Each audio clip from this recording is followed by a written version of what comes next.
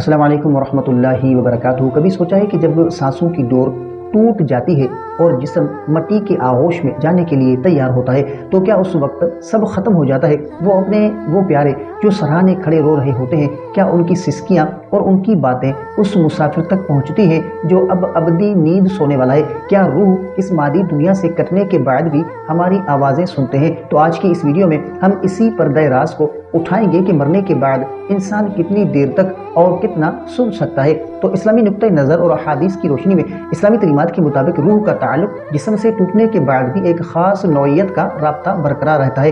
तो तदफीन के वक्त की समाअत तो सही बुखारी की जो वो हदीस के मुताबिक जब इंसान को कब्र में दफन करके उसके प्यारे वापस लौटते हैं तो वो मुर्दा उनके जूतों की चाप आवाज़ सुनता है। ये वो लम्हा होता है जब उस पर तन्हाई की हकीकत वाज़ेह हो जाती है। तो सलाम का जवाब तो उलमा बयान करते हैं कि जब कोई शख्स कब्रिस्तान जाता है और जो वो साहिब कब्र को सलाम करता है तो अल्लाह उसकी रूह को मुतवज्जह कर देता है और वो ना सिर्फ सलाम सुनता है बल्कि उसका जवाब भी देता है, अगरचे हम नहीं सुन सकते। तो जंगी बदर का वाक़या तो नबी करीम सल्लल्लाहु अलैहि वसल्लम ने जंगी बदर के जो वो शहीदों से खिताब किया तो सहाबा ने पूछा कि क्या ये सुन रहे हैं? तो आप सल्लल्लाहु अलैहि वसल्लम ने फरमाया कि तुम उनसे ज़्यादा मेरी बात सुनने वाले नहीं हो, बस ये जवाब नहीं दे सकते। तो साइंस क्या कहती है? तो देखें कि इंसानी हवास में से समाअत वो आखिरी हस है जो ख़त्म होती है।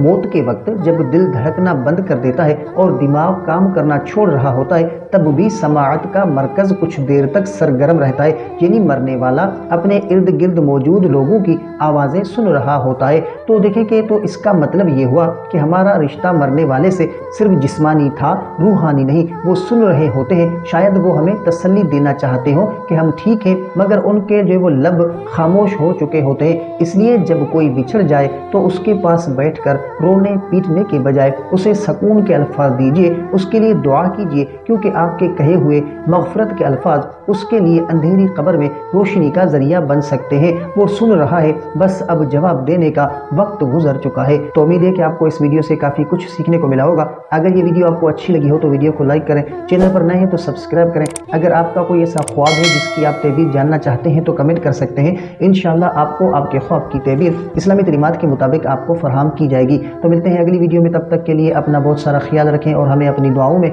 याद रखें। अस्सलामु अलैकुम वरहमतुल्लाहि वबरकातुहू।